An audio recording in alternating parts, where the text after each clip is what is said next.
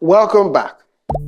In our lesson on the force between charges, we discovered that a charged body can exert force on another charged body without coming into contact with it.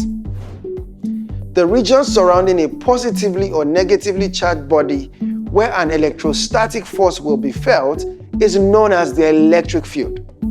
This was discussed in our lesson on electric fields. This field is depicted by what is called the field lines of force. The direction of the field lines represents the direction a very small positive charge, known as a test charge, would move if placed in this field. Recall that like charges repel while unlike charges attract. So, for a positive charge, these lines will radiate outward from the positive charge because a positive charge will repel a small positive charge outward. And for a negative charge, these field lines of force will point inward to the charge because a negative charge will draw a small positive charge inward. For two like charges in each other's electric fields, the electric field line would look like this, with lines not touching or crossing each other because there is a force of repulsion between them.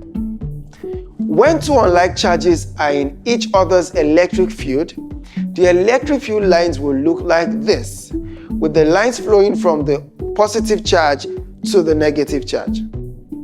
But for all field forces, there are regions where the force is not experienced. For instance, a small magnet will only attract metallic objects a few centimeters away, and even the Earth's gravitational field gets weak outside the atmosphere, right? So I guess you would say the same for the electric field lines of force, right? I mean, the electric lines of force have to stop somewhere, probably points where the force is no longer felt. Not at all. We already know that the magnitude of the electric force reduces with an increase in the distance between the two charges, and therefore it keeps getting smaller and smaller, but it's never quite zero. Now, let us relate it to the electric field and field lines. Let us take a unit area of volume around this charge. Notice the number of field lines within this unit space. What if we took this unit area of volume to a region farther away from the charge? The amount of field lines passing through this area has dropped. The concentration of the force has gone down. And in physics, we said the field strength of field intensity has dropped. Electric field intensity is the magnitude and direction of the electric force that a test charge will experience when placed in the electric field of a charge. This is written mathematically as the electric field intensity E is equal to electric force F per charge Q.